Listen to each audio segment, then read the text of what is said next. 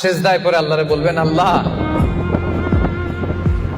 এই পৃথিবীতে আমি ছাড়া তোমার গোলামের অভাব নাই, কিন্তু তুমি ছাড়া আমার দ্বিতীয় কোনো রব নাই। চোখের পানি ছেড়ে আল্লাহরে ডেকে বলেন, আল্লাহ